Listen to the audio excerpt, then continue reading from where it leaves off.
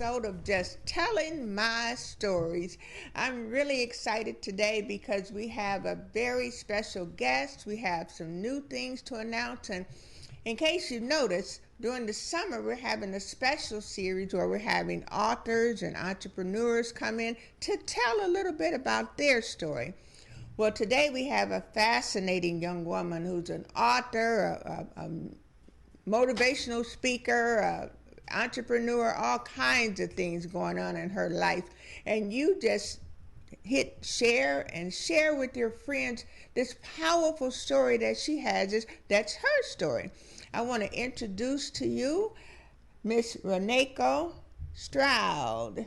Hello, everybody. Hi. How are you?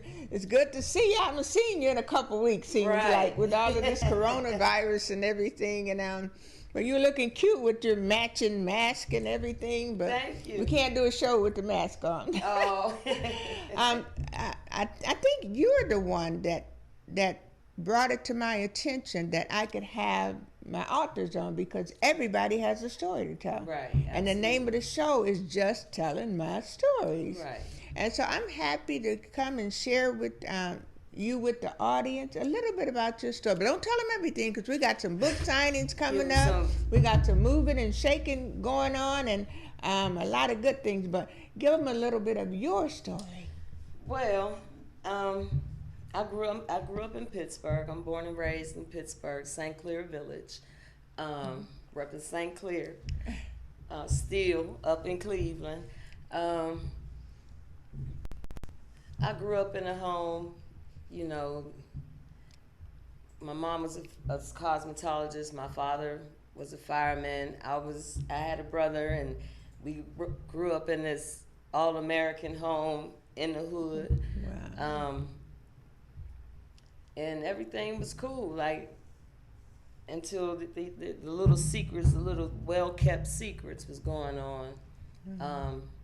A lot of domestic violence, alcoholism, you know, stuff they keep away from the kids. Everything was shut in. Don't tell the neighbors. Keep them out your business type of stuff. That's it. I just, you know, from where I come from now, I'm getting twisted on my conch. I got so much stuff spinning in my head that I want to tell everybody. So forgive me if I stutter a little bit.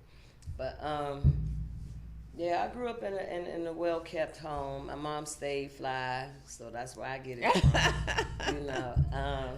Did you look like your mom? I look like my dad, really. Wow. Yeah, I look like my dad, you know. And then that would cause an issue because later on, after my mom and dad separated, because I looked like him, I pretty much was mentally abused and you know, because of that. This is my belief, you know. Okay. I discussed it with my mother, and she was nonchalant, like that could be the reason. Wow. You know, but she accepted and was accountable that I realized that you did mentally abuse me. And she knew there was an issue, but she wasn't healed to the point of being able to accept the responsibility. Yeah, so a whole lot of that had me leave home at an early age, 16. I went searching for love in all the wrong places, found crack cocaine. Wow. At 16? Yeah, 16 years old. It took a lot out of me. And, you know, the discussion I had with my mother while I was doing drugs, you know, I was stealing her money. I was doing little stuff like that. It finally came to me that I did need some help, you know. So I've been in and out of rehabs and stuff like that all the way up until 2005, where eventually my bottom was going to prison for aggravated murder. Wow. Yeah. Wow. That's something. But isn't it amazing? That's been like 15 years ago. You made a complete turnaround. Oh, yeah. Oh, yeah. But, you know, ironically, I wouldn't take none of it back because everything that I've been through has made me the woman that demonstrates strength today. One thing I noticed about you, you have a lot of drive, a lot of strength. Nothing's gonna get you I'm down. up with the nothing's birds. gonna slow It is you nothing down. but hustle all day, like Nothing's all gonna slow day, you. and I don't Every do time nothing I call illegal. you selling or you speaking Yep. or getting ready to go here, getting ready to do that. And the coronavirus slowed you down. I'm ready to fight Corona. Because you have Literally. plenty of places to go and things to do. So, so your story, you grew up in pretty much an all-American, a family that was a model family at the time until the doors closed. Yeah. And that's when the boogeyman and the secrets came out and that kind of thing. How, and then in our families, you hear a lot of people say, what goes on in this house stays in this house. And that's what I was raised on. And that's a horrible, horrible thing to ingrain in a child because so much happens. Yeah. And as a publisher, I read so many stories now after people are grown of molestation in the family and domestic violence and abuse and all kinds of things happening in the family. And when Oprah first came out, remember, all of these secrets began to come out and people began to share.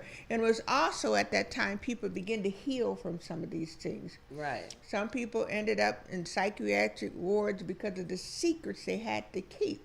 Right. But that's why we have this platform, just telling my stories. I believe everybody has a story, whether you put it in a book, whether you put it in a play, or like you looking for a movie or some kind of way. I've learned from so much like that's happened in my past. I've learned that secrets do keep you sick. Yeah. You know what I mean? And I had a whole nother one. So did your healing begin when you, I think you told me you started writing your story in jail. I wrote my whole book in prison. Wow. You know, when I went to prison, I decided that this is definitely my bottom, and I can't keep living like this.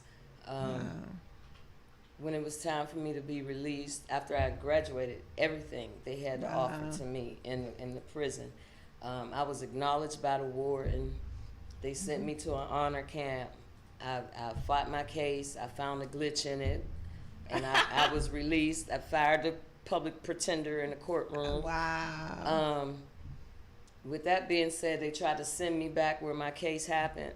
And the judge said, you are the only person that I've ever had in this courtroom to take and push their cart back into the prison and say, I'm not going back to Youngstown. Y'all will not keep me in your revolving door cycle. No, I'm not about to do it. So you fought and won your own case. I went back. I went straight to the hole where I know they was going to put me because it wasn't no beds. It was overcrowded. Wow. And I sat in the hole for 2 weeks willingly. And the judge granted me to go somewhere else, and I chose Cleveland. She asked me exactly where I wanted to go. I said, well, I've never been to Cleveland, but I heard that it was cost of living ain't that bad. Wow. You can go to school. You can get a job. That's what I did. So even though you took some wrong turns in your young life, you always knew that you were going to be somebody. Oh, even all the time. in the hole you were writing your book, you were getting things together, preparing to get outside and do great things. Oh yeah, and I am my mother's child. Like whatever the case with all the abuse and stuff, that was nighttime. In the daytime, my mother would get out there and get it. Like she was a cosmetologist. She worked at Jenkins Arcade, and then she did hair at home. And then my father, he was a fireman. I watched him in newspapers and actually seen him save a life in my own apartment building. But he fell off. I don't know what happened to him. But my mother, she always, Is he alive? No, both of them are deceased now. Okay. So the beautiful thing about it, and what we try to share with people, is when you tell your story, when you tell those things that the devil tries to tell you, that people are saying you're no good or this or whatever, when you begin to tell your story, people can see your version of what was happening and what was going on, because you were in prison unjustly. Unjustly. Yep. We ain't going to tell you no details about it because it's in the book, but you were in prison unjustly. and you didn't let it take your mind. You didn't let it take you down. You didn't let it take you under. I remember when I told my son that I had stage 4 cancer. He says, as long as you don't let it get in your mind, you'll be all right. Yeah. So once we let our life situations get in our mind and we fester and we worry about them, then they begin to take you down. Then they can begin to hold you back. Well, you had this kind of a childhood and you had that kind of a childhood. But I have read your story and you overcame those things by empowering yourself. Yes, you ma'am. studied to learn those laws and find those loopholes to get your own self out. A broken home begots a broken home was the second one I was going to say. And due to the abuse that my mother went through, I also several times been through abuse, all the way to being locked in closets, locked in basements for weeks. You know what I mean? I believe it or not, I was this timid little girl. You don't look like Yeah, they turned me into a beast. And now you come in with camo and everything. You got boots on? No, them Nikes all day. I'm a Nike head. But see, you have a choice in life to take the pressure and crumble, or take the pressure and make something out of yourself and do some things. You have some lofty goals. You know, we shared your goals sometimes. You want to be the best. You want to be you're going to be a life coach. I got that information for you, so at least you can do that. And then we have some other things coming up too. I'm waiting to go back to the schools and speak to my kids. That's the best part about being a community educator and motivational speaker is those kids. Those kids are our future. You know what I mean? How do they respond? I saw the pictures. I'm more intimidated by the 4th graders than I am the 6th graders. I'm just saying, because they're like trying to see if they can see through a flaw. And I don't sugarcoat nothing to them. Listen, if you do this, you're going to die. The ending result is death. You know what I mean? Jails, institutions, you could say that too, but death is it. Because now the police is killing us. You know what I'm saying?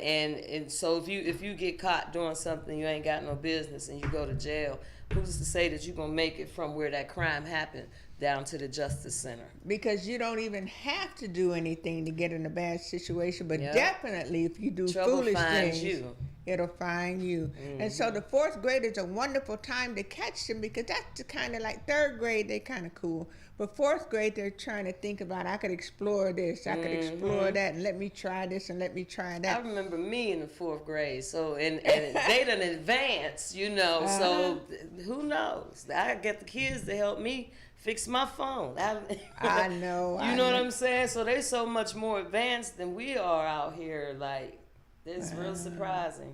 Wow. So being a mother of a black son, what would you have to say to other mothers of black sons, mothers of sons? I'm learning the process still, because me and my kids just really reunited. They were fed that I abandoned them. Oh. You know, in most cases, you know, or it's what they wanted to believe. I don't know where it's at, but they were young. The bottom line is I wrote this story for my truth to them. Wow. You know, but if you don't take time out to read it, you never know. You're going to keep holding that grudge against me. But right now, I got to live my life. You know what I'm saying? I wrote my truth. Here it is. You can read Skedaddle. I'm about to go do what I need to do for me today. Wow. Vacationing. I'm getting ready to do all types of stuff. You know what I'm saying? I'm about to get this clothing bust, this boutique bust that I'm about to make.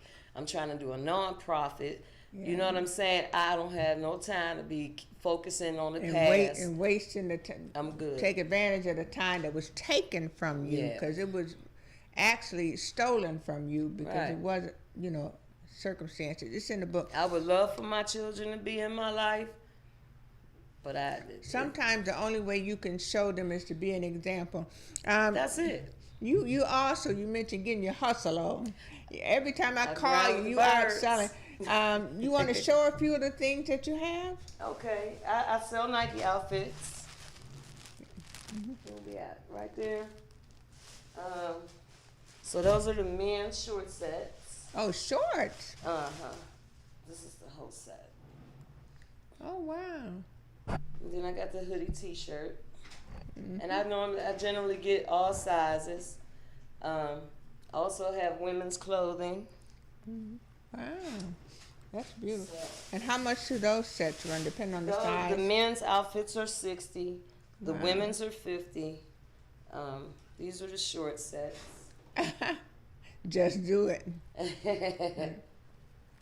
And then I also have the polo rompers. I got polo two pieces. I have polo jumpers, the whole pants jumper.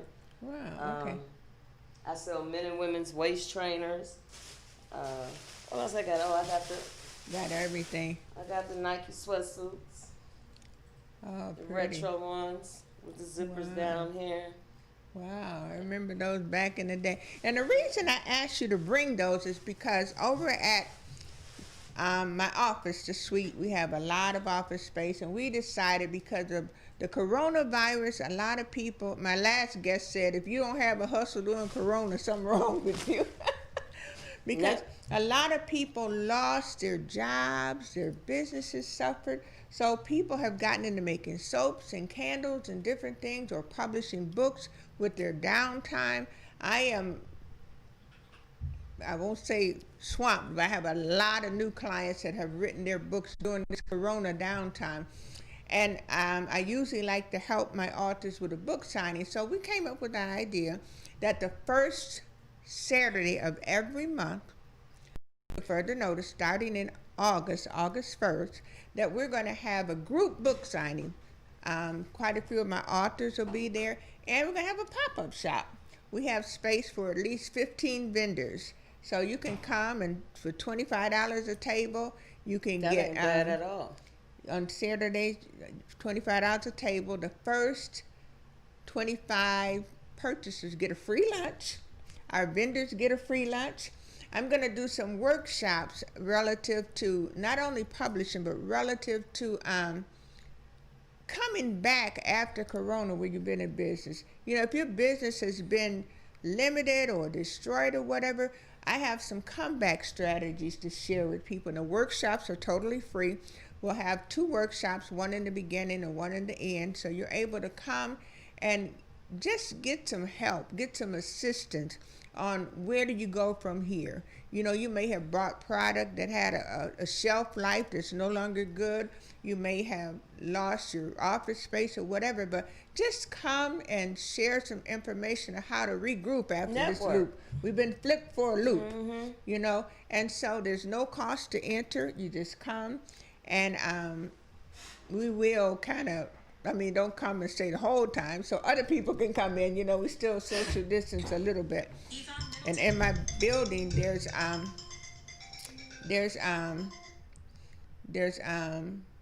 a mask requirement, so you do have to wear a mask to come into the building. And if you don't have one, I got one for every outfit. Wow! You know. I know you already. Yep, I already Right. got that. But just come out and network and see, perhaps you can collaborate with another small business. Sound like I need to bring my baked goods out there, because I'm getting, me and my neighbor, Wow. she is exquisite on the cake side. So Wow. we've been coming up with talking about it. So I just want to put some action, some fire behind Wow. it. So that's a great thing for us. I'm going to bring it to her And we have attention. some young entrepreneurs too. Some young entrepreneurs coming along. And we have to begin to teach our young people. One of the TV shows coming up, we're going to have talk about entrepreneurship in your family. You know, your mother taught you about how to be an entrepreneur. My dad, we had all kind of businesses growing up. We had a as you say, a whole factory. Right. Where did that come from? You always say a whole this, a whole A that. whole everything. We had cleaning services. We had a Chinese restaurant. We had all kinds of things. They remodeled homes and stuff. And so a lot of families, entrepreneurship grew up in the family. But you may be a family that it didn't grow up in. So we can help you train those. And these workshops will be free on the first Saturdays of the month, so that we as a people can begin to teach our families to be self-sufficient. Right. Teach them how to do different things. My dad, and people think, Oh, you were all across the board. My dad drilled in us to learn at least 5 different things so you'll never starve. Like, Right. if you're doing hair, well, maybe something happens, you can't do hair. Then you know how to paint a floor. You even told me you know how to paint. I paint. I do industrial cleaning. I'm a you know how they say jack of all trades. I'm a Jackie of all trades. Jackie, I love it. You better hope I don't take your transmission out your car and put a new one in. What? Wow. That's wishful thinking. But that's how we should teach our children, because we already know that our children are the last ones to get hired with the good jobs, the first ones to get fired with the layoff. So if we begin a culture of training them to be entrepreneurs. When I was the president of a microloan bank, we trained and graduated before my tenure was up at least 200 businesses, all different kinds of businesses. When I ran the Minority Business Association, I had probably another 100 kinds of businesses. And when I was the treasurer for the state organization, 3,000 businesses. So I've been around a lot of businesses. I'm an accountant. I know a lot of things. And at this time, I feel the need to share with our authors, share with our people that do the pop-up. Just share. I mean, come and get the free workshops and do different things, and just come and meet other entrepreneurs and other pop-ups and other authors. I know for one that I'm tired of working for people. It's too many games that these offices and people that are supposed to be professional, you know, they play with your paychecks and stuff like that. Oh, you didn't meet this quota. Well, why would you wait till Friday to tell me? Why wouldn't you tell me on Monday? Like, no more working for people. I want to be that person to provide jobs and keep it on point. You got too much to offer. You're the one that's supposed to make jobs for people. Right, absolutely. My middle daughter, for my granddaughter's birthday, she got her LLC set up, her EIN number, and training her child on running a business. That's what I got, my EIN number. And then for the pop-up, we talked to a lot of the parents, and they're sending their teens out to do it. So we have to train them how to use the Cash Apps and the PayPals and all of the different things, and how to keep track of inventory and that kind of thing. And we'll also, not this first Saturday, but we'll also have trainings on how to put your book together, how to get these things together, and also dispel the myth that you can put together books in 2 weeks. You took years. I mean, your life is however many years you are. It's not going to happen in 2 weeks, because especially if you're discussing your past, it took me about 4 years to get past the murder of my son. Yeah. You know what I'm saying? And like on a daily basis, everybody that I talk to, like, oh, I want to write a book. I said, just do it. Write it down. You know, can you help me? I can't help you write it, because that's your life. It's got to come from your heart. But I have some connects for you, though. But you just got to get the process done. What me and my connects aren't going to tolerate is procrastination. Yeah. So I'm not even going to introduce you to nobody until I know you for real. You're going to do it. And then it takes a lot of time before, because as you're writing, some healing takes place. And it may take you 6 months to get through one chapter of writing, because do I tell that? Do I not tell that? Or you know, are people going to look at me differently? Right. But the thing about it is, everybody's story is their story. We can't go back and change what happened. Right. That's your story. Yeah. And I talked to one of my friends on Facebook, and you know, I've had a hard time dealing with my hair, you know, because it reminds me of cancer, and it's just not. You're not real fly right now. Not real happy with it right now. I don't know what you're talking about. But he told me, he said that once you embrace the natural you, it will empower you. So little by little, it's empowering you. That gray is popping. So once we, thank you. So once we embrace that's my story. That story will empower you. That story will help your future you, first of all, not make some of those same mistakes. Right. The future you know, like you said, you can't believe, and not many people could believe you've been abused. You know, but what did it do? It empowered you. Yes, it you did. are able to go and show another young lady that, listen, That's not how God wants you to live. Right. You don't live hiding in a closet or live, doing different things. And as we empower ourselves, you empower the people around you. Mm-hmm. You empower the people around you, because I thank God for you, because when I wanted to sit and whine a little bit about the cancer, get up, None of that.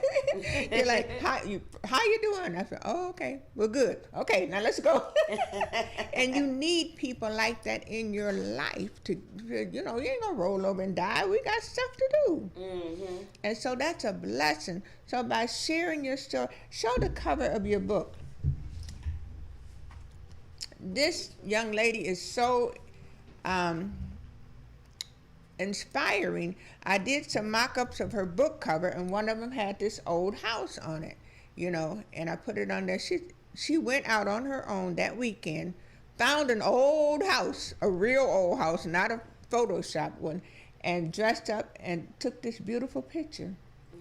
And most people would just say, okay, well, whatever, but she took a picture of a real person's house and had her camera people and everything. So she's definitely a young lady that you give her anything, she's going to try it, she's going to do it, and she's going to do her best at it.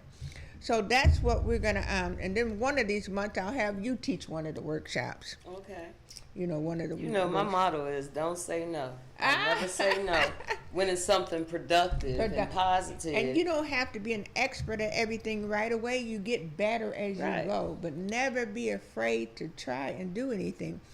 So we're wrapping up here at KAZ Radio TV Cleveland, and we want to thank our special guest, Reneko Stroud. Yep, that's me. And that come and see her in person on August 1st at the Suite, 27801 Euclid Avenue on the 4th floor. And it's on Euclid down by the freeway, past 260 of 278. And I'll bring some of my items with me. She's going to bring some of her items and just share books. And there'll be other authors there that I didn't publish. This is about us. It's not always about self-centered and what I can get out of it. It's about us as a people. How can we grow together? How can we better ourselves? But more importantly, how can we help each other come back after this loop we've been thrown with this coronavirus? Absolutely. And so we're going to have a wonderful time. If you have questions about it, you can message me on Facebook or give me a call at 216-302-9478. And we'll be getting postcards and different things out. And Milana Mills will be helping me coordinate this and put it together. And it's a blessing to have people. She said, well, your strength ain't all the way there, so I can help you do this because we need to have it done. And you guys can friend me on Facebook and Instagram, DM me, and now you can call people. Just now utilizing all of that stuff. But wow. Yeah, well, you can hit me. Feel free to friend me on Facebook and Instagram. I will respond. You might teach class on that. I can't coordinate all that stuff. Right. But as we close, I want to thank you for tuning in for this episode of Just Telling My Stories. And I want to thank you for supporting our efforts to bring us closer together as a business community and not let one die, not let another business fall under or whatever. You may just have a simple word of encouragement to encourage somebody to get back up and try again. Absolutely. Get back up and fight, or maybe do it a different way. Thank you for sharing and tagging and letting people know about our first Saturdays at the Suite, 27801 on the Euclid on the 4th floor. Thank you again. And those of you that don't know Jesus Christ as your personal Lord and Savior, whatever situation you're going to, we're going to try to help you in things, but ultimately, He's the one that's able to help you get over these things that we've gone through. Once again, tune in every Friday at 2 o'clock. Today was at 3 o'clock, but every Friday at 2 o'clock. And we're going to have more people coming on just telling their stories. Thanks, Reneko. All right, love you too.